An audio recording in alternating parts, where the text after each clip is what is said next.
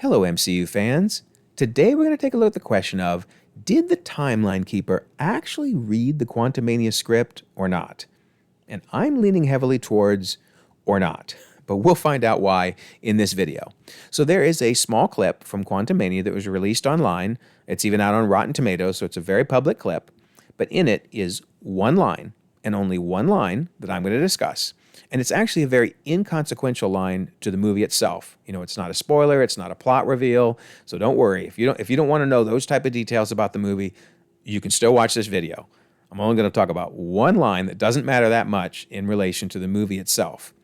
However, the one line does give us a big indication of whether the Timeline Keeper is asleep at the wheel or not. So, I'm going to talk about this one line, and now when you go to see the movie, you can watch for this line, and maybe we can all figure out together whether it makes any sense in context. I don't think it will, but hey, you never know. All right, so let's dive right in and see, did the Timeline Keeper actually read this Quantumania script or not? Okay, so I've talked about before the fact that I really think Cassie's age is going to factor into the overall movie because Scott has lost so much time with her. I covered this in an earlier video, that I think Kang will try to manipulate Scott and offer him more time and use that to get Scott to do what he wants him to do. So therefore, it's very important to look at all of Cassie's appearances and figure out her age in each one, because I think that's really going to tie into things, but more importantly, it's going to tie into this line that I think is completely wrong. Okay, so her first appearance is in Ant-Man, and that occurs from July to August of 2015. And you might say, why do you say it's July to August of 2015? Well, I have a really long video that goes into great depth on the phase 1 through 3 timeline and where every entry takes place. It's a really cool video, a lot of fun to watch, so I'm not going to go into all of it here. But trust me, July to August of 2015 is a very well-accepted time frame for the Ant-Man movie. Okay, so why is this important? Well, we learn that she has a birthday party, and more importantly, it is her birthday. We know that because when Scott brings her a gift, Cassie says, "Can I open it now?" And Paxton says, "Of course, sweetheart, it's your birthday." So we know Cassie's birthday is at the beginning of the movie, and the beginning of the movie is in July. So we learn that she was born in July. That's great. Now, we don't learn her age. They don't mention her age in the movie, but she was born in July. We will find out her age, however, in Ant-Man and the Wasp. Ant-Man and the Wasp occurs from April to May of 2018, right before Infinity War, obviously when everybody gets blipped away. And we're going to learn that Cassie is age 10. Now, why do I say that? Well, because Scott said it. Scott says, "Hey, you try and entertain a 10-year-old when you can't leave the house. You know the lengths I've gone to? Close-up magic. I learned that." Great. So we learned something too. We learned that Cassie is 10. Now notice this is before her birthday, which is in July, remember? So in 2018, she's actually going to turn 11 eventually. But, she hasn't had a birthday yet. And for the record, the actress, Abby Ryder-Fortson, is about 9.5 when this was filmed. So she's a little younger than basically, 10.5, almost 11. But nonetheless, we learned that she will turn 11 in 2018. So now we can go back to 2015 and figure out, her age is 8. Which, by the way, the actress in this one was 6.5 when it was filmed, so that's why she does not really look 8. But nonetheless, she has to be 8 if she was 10 in Ant-Man and the Wasp, but there's just no other way around it. She may have started out 7, right, but because it was before her birthday. But after her birthday, by the end of the movie in particular, and that's important because we're going to come back to that, by the end of the movie, she was clearly 8 years old. So she's 8 in Ant-Man, she's 10 in Ant-Man and the Wasp.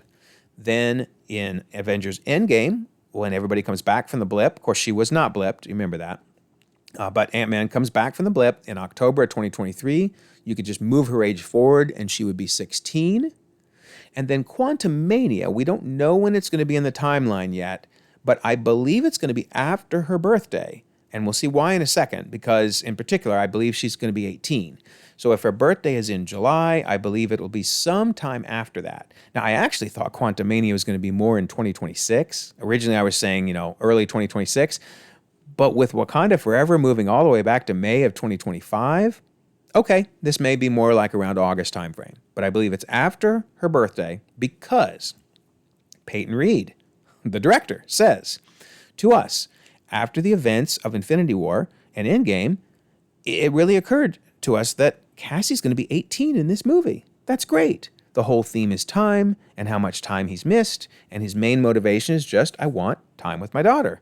And now he's coming into contact with a villain of this movie, Kang the Conqueror, who sort of has dominion over time.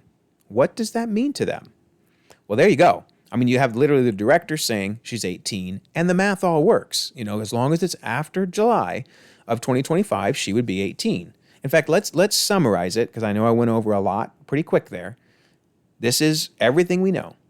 So she was born in July of 2007, because you can do the math backwards there, and you get her birth year of 2007. We learned she's 8 in Ant-Man. They flat out said she's 10 in Ant-Man and the Wasp. We can then figure out that she's 16 in Endgame. And then again, Peyton Reed said she's 18 in Quantumania. So I remember the first time I did all this, I thought, wow, that is awesome. The Timeline Keeper is really doing their job. This is fantastic. It all lines up. It's perfect. There's no issues whatsoever. And wait, now she's 6 in Ant-Man? What the what? What just happened? Notice this line. She says, Dad, a guy dressed like a bee tried to kill me in my room when I was 6. Now she's saying this when Scott says, I want your life to be normal.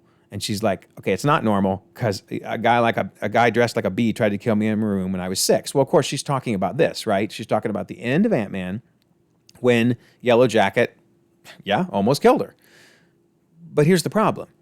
She wasn't 6, not even remotely. She would have to be 8 or none of this works. Now, this doesn't happen, but what I would like to have happen is for Paul Rudd, literally, not even Scott Lang, Paul Rudd to turn around and go, oh, Cassie, honey, I helped co-write the script for Ant-Man. I guarantee you weren't 6. I helped write that thing, okay? But he doesn't. He doesn't do that. So I'm going to go with an in-universe explanation that she just messed up, right? I mean, we all forget exactly when things happened when we were a kid. I mean, it was a traumatic event. You would think she might remember, but she didn't. Okay, that's great. And I'm going to go with, instead of correcting her, Scott just looks away and goes, it doesn't matter. Let her think she's 6. Who cares? You can see Hope's like, she wasn't 6. You should tell her. She was really 8. But he's like, nah, why? It doesn't matter, right?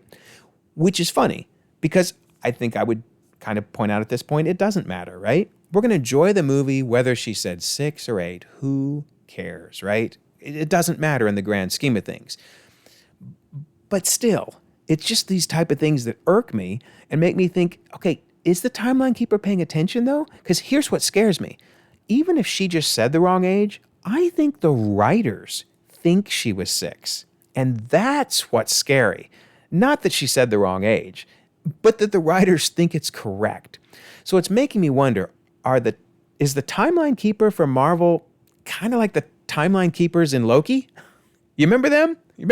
They were just animatrons spouting off random things. Whoa, this, that, and the other thing. They had no clue what they were talking about. Is that the MCU's Timeline Keeper? I mean, Disney likes animatrons. Did they hire an animatron? All I know is it didn't end up real well for those Timeline Keepers in Loki. Let's hope the MCU Timeline Keeper isn't an animatron. Oh, wait. Nope. I think I figured it out. I know who the Timeline Keeper is. It's the person who knows so much about everything, right? That shows up at interviews prepared for everything, right? Yeah, that dude. He's the Timeline Keeper. Because you can always count on him to have a firm grasp on everything. I'm sorry, Nate. I got to stop picking on you, buddy. No, obviously he's not the Timeline Keeper. I'm kidding. So here's the bottom line. I know you're saying to yourself, dude, why do you care? I mean, why do you care? And at the end of the day, I don't. I'm going to go to this movie. I'm going to enjoy it. It's going to be awesome. I can't wait. It's out in less than a week. So will this ruin my experience in any way whatsoever? No, it will not. But if you ask why I care, I can answer that pretty simply. Because Marvel is telling us we should care. In fact, Marvel thinks we care enough, we're going to pay $50 for this book, which, yes, I am going to buy it. I'm losing faith in it by the day, but I am going to buy it because I'm going to do videos on it. But it's not that I care. Marvel is telling me to care. Marvel is saying, we got this. We understand our timeline. We're in control. It's all good. Is it, though? Is it really all good? Is it? I mean, it's so simple to get something like her age right. It's so simple. If these were complex issues, it'd be different. Peyton Reed directed every one of those movies. Every one of them. And he knew her age in Quantumania. How do they not do the math? I don't know. Oh well, now you know. That's the line. We can all watch for it in the movie, and more importantly, maybe somewhere in the movie, they'll give us something to make that make sense. I don't think so, but you never know. All right. Also, don't forget, we do have a Discord server out there, and in fact, we talked about this very issue on the Discord server before I made this video. So you can actually be part of the process of making these videos. Join the Discord server. Over 300 people are on it from time zones around the whole world. So there's conversations going on 24/7. Love to have you join. Also, like this video if you don't mind. Subscribe if you haven't already. You can check out more content, and we can all continue to enjoy the ever-growing, ever-changing Marvel Cinematic Universe.